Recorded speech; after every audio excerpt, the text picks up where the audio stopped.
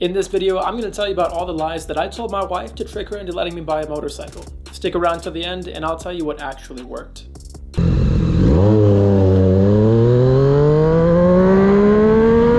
Buying a motorcycle can be a massive financial decision, especially for someone who is young or just doesn't have a lot of disposable income. And in the US, motorcycles are more of toys than actual utility vehicles that you use as your main method of transportation. The vast majority of motorcycle owners also have a car, so it may be difficult to persuade your spouse to spend thousands of dollars on a purchase like this.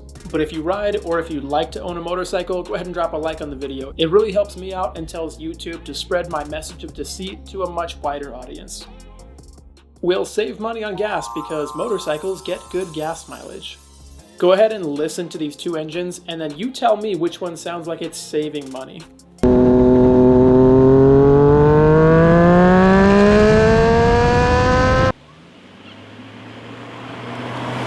When you have a motorcycle, it's not just your transportation to work. You'll find any excuse you can to hop on that bike and go explore around the area. Suddenly, you're not just riding from your house to work or to dinner, but you're actively looking for any excuse to ride your bike anywhere that you have not been before. Especially when you get your first motorcycle, you're gonna pick out like waterfalls or like a restaurant 2 hours away. And you'll be like, you know what? I never felt inclined to go check this place out, but you know what? I'm gonna go do that this weekend, or I'm gonna go do that today. I've got a couple hours to kill, so I'm gonna ride my bike out just for the sake of seeing a new place and going for a ride. Like, yeah, we all know that you could have visited that place, that waterfall, that restaurant, whatever it is, years ago. You lived in the same place for a while, but now that you've got a motorcycle, you're spending a lot more time on the bike and you're crunching a lot more miles. Even though your bike might get 40 or 50 miles per gallon, it's not gonna make a difference and you're not gonna be saving money if instead of driving 1,000 miles a month, you're now doing 2,000, 3,000, or 4,000 miles a month on your new bike. You might be saving money per mile, but don't trick yourself into thinking that there's going to be any real financial gains at the end of the month when you tally up how much you actually rode your bike. It's better for the environment. At a glance, you probably think that motorcycles are better for the environment than driving a car. And your wife would probably even believe you if you told her that. They're smaller, they require less materials to put together than a car does, and in general they're more fuel efficient. But you also need to take into account that most motorcyclists are buying aftermarket exhaust designed for racing and slapping them on their bikes. These exhausts are louder, they typically sound better,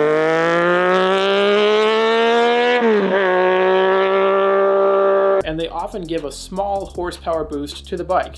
But they're also not street legal because they're designed for a racetrack. And they also put out a lot more pollution into the air since they don't have to meet any sort of emissions requirements and be road legal.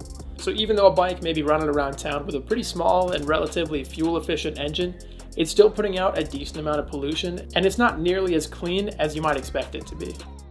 I'm gonna save time on my commute to work.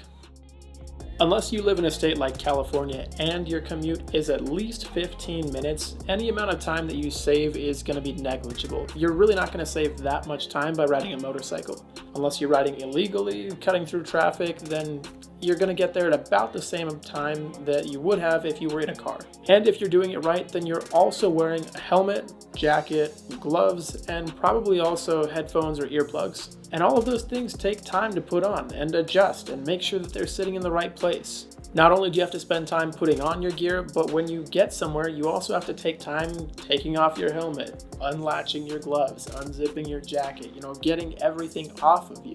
It probably takes me a full 2 minutes just to get all my gear strapped on, zipped up, headphones in, helmet sitting just the way I need it. And when I get to my destination, it probably takes another full minute just to take everything off and look like a normal person again. So unless you're speeding aggressively or riding illegally through traffic, then you're probably not really going to save that much time.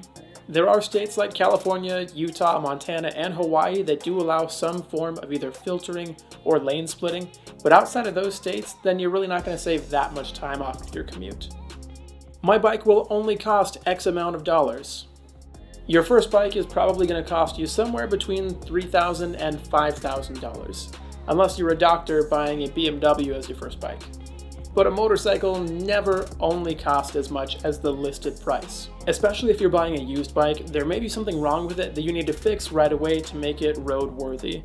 Or if you're like the rest of us who ride, you immediately start scrolling through the parts catalog, trying to find a way to customize your bike and make it all your own.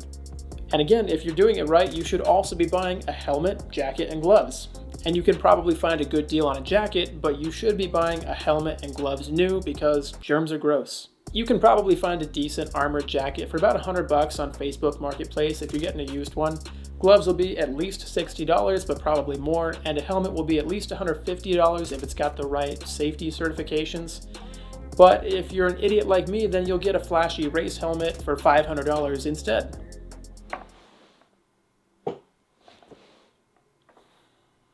Also, just a side note, don't be that guy who skimps out on gear, because the odds are against you here. All of the statistics point to you being in a crash at some point, so don't cheap out when it comes to your own safety.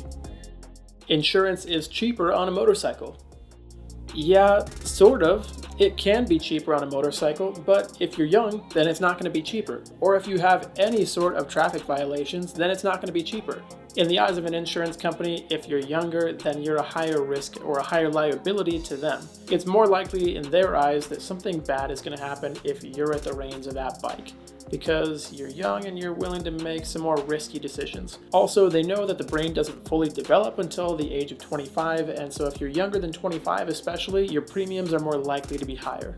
So for example, me back in 2018, I was younger than 25 and I got a speeding ticket in my Prius of all vehicles. So that has actually affected my insurance premiums up until last month when that dropped off my record.